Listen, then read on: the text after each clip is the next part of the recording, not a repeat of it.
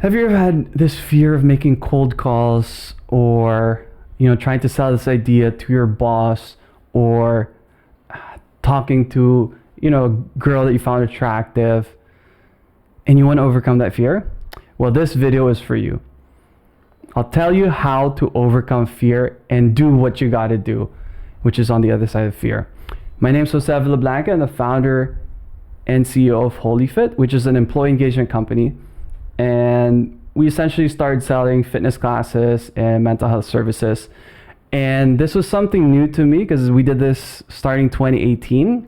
So I had to talk to companies, HR, CEOs. But before that, I've been a personal trainer there since 2007. So I would sell a lot to people to buy my program so I could help change their lives, right? And this was more B2C. So it was a lot easier because I was just be talking to one person, right? But when I was trying to make cold calls, it was really hard as well. I'm trying to ask for the sale, waiting for them to say no in anticipation. But when I learned a few things, which I'm going to share with you right now, it helped me a lot. So the first tip I want to share with you is when I understood the evolution of fear and its purpose, it made it a lot easier for me. Because when I understood the purpose of certain things, it made more sense. It kind of clicked. So what is the evolutionary purpose of fear? Fear actually protected us. Fear of getting bitten, like from a dog, snake, or a spider, because that could potentially lead to death, right? Getting bitten by a venomous spider. So why do we have this fear of trying something new? Say, for example, a fear of rejection when you're making cold calls, or when you're approaching a woman and you have this fear that she's going to reject me, she won't like me, maybe I type, yada, yada, yada, right? All these things in our head.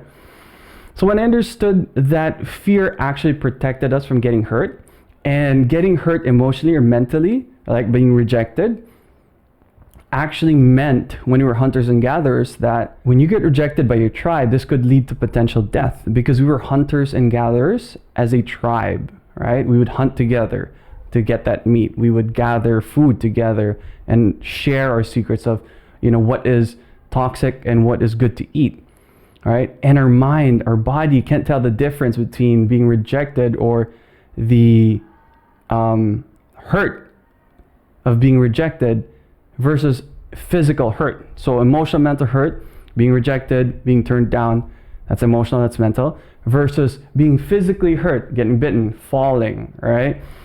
And that protected us, right? So when I realized this, it made a lot of sense. But remember, you have to get rejected. You have to go through a lot of no's until you get a yes. And that's what's called a closing percentage. So if you make like 20 calls and you usually close 2 deals, right, every 20, then that means it's a 10% closing rate. So when I realized that and I wanted to get 3 more clients, that meant I had to make 30 calls.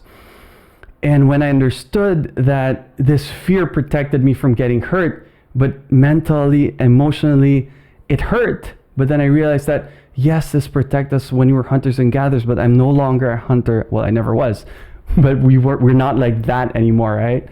It made me get out there and try more.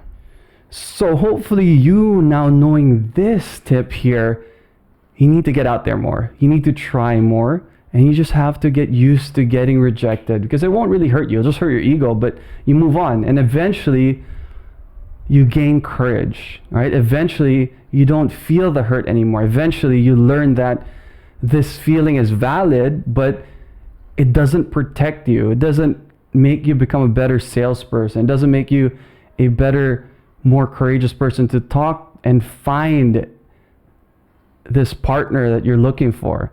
All right, so I hope that first step helped you like it did for me. Okay, the next step I have is understanding being fearless versus courageous. You might think it's the same. Well, some people mix it up, use it some people mix it up and use it like it's the same thing, but it isn't. So being fearless means you don't have that fear in the first place, right? Being courageous means you're doing it even if it scares you. But guess what? you can become fearless eventually.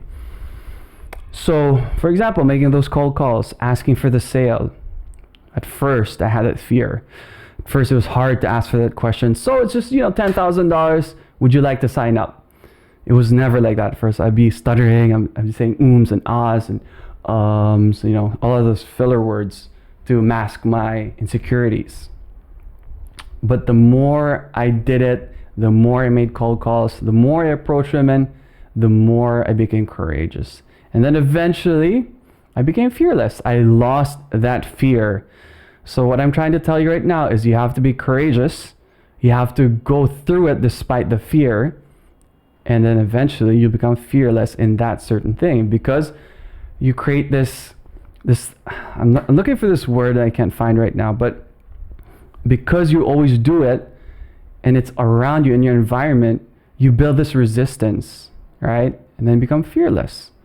So if you're around snakes a lot and you know that they're not venomous, or if you play, you're secure and you climb, all right, go mountain climbing and it's 100% secure, then you lose that fear eventually, right? At first it'll be so scary, you're afraid of heights.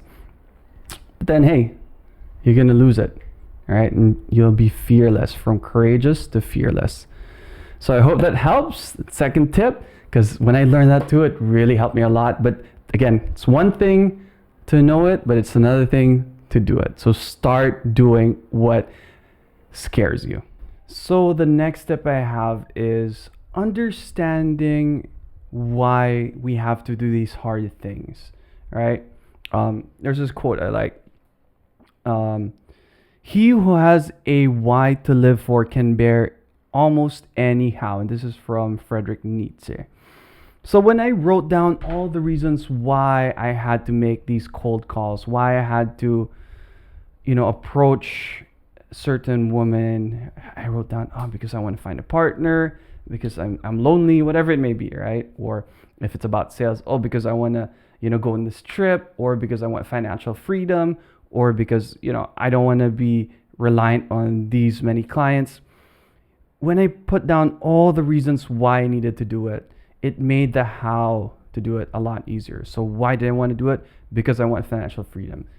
How am I supposed to do this? Make sales calls. So that's a very, very easy tip, because when you take it out of your head and you do this exercise and you write it down on paper, it makes you understand it in a deeper level. So I highly, highly, highly recommend writing it down, not just thinking of it, but actually writing it down, maybe even saying it out verbally, because then you learn and you absorb this, you digest it in different layers. Now, another thing I used to do was distract myself. I'm going to do this later. I have better things to do. Whatever distraction it may be, like gaming or scrolling on social media, or something that you don't even know that you're distracting or delaying yourself by being more productive, working on other things that's not as important.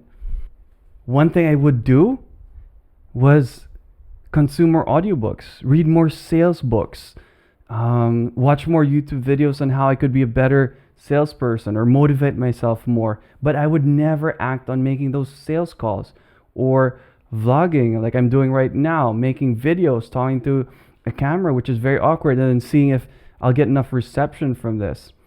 All right. So then I just decided, I'm just going to focus on learning more. I don't think I'm ready yet. All right. You could be doing that right now, right? Learning more books, but not applying it. All right. I'm not ready yet. I'm not ready yet. You keep doing that.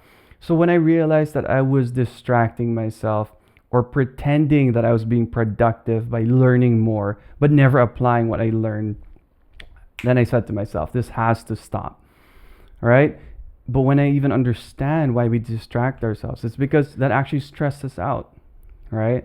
So I would ask myself, why would I stress myself out, or learn, right, from professionals why we distract ourselves from being stressed, or distract ourselves because we're stressed about it. And when I realized that we do that because, again, we want to protect ourselves because they want to be rejected, and we distract ourselves to take away our minds from something stressful.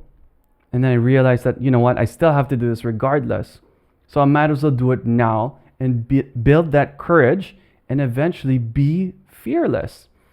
So you have to figure out, what are you doing that you might be distracting yourselves or pretending to be productive, go through it. Maybe ask for someone's help that you work with professionally, that maybe they see the flaws that you don't see yourself, right? But you have to be open-minded enough to listen to them.